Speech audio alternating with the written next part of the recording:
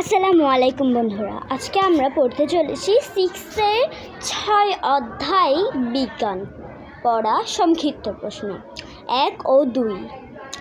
তো শুরু করা যাক। জিহ্বাকে স্বাদ ইন্দ্রিয় বলা হয় কেন?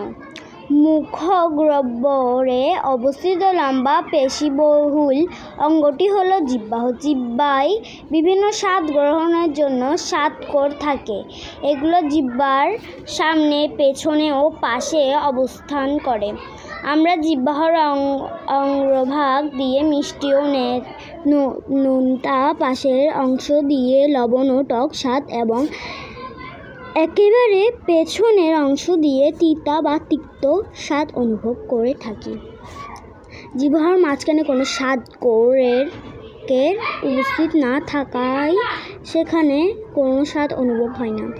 জিহ্বার সাহায্যে বিভিন্ন ধরনের স্বাদ অনুভব করা যায় বলেই জিহ্বাকে স্বাদ ইন্দ্রিয় বলা হয়। এবার দ্বিতীয় প্রশ্নে চলে যাব। মধ্যকরণ কিভাবে শ্রবণে সহায়তা করে?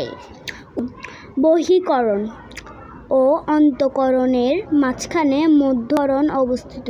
এটি একটি বায়ুপূর্ণ থলি, যার মধ্যে 3টি ক্ষুদ্র ক্ষুদ্র হাড় বা অস্থি রয়েছে।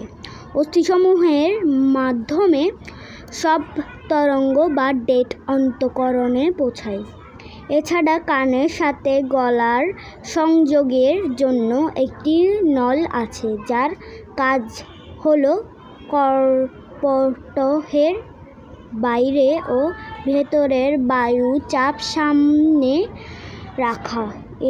এভাবে মধ্যকরণ আমাদের শ্রবণে সহায়তা করে।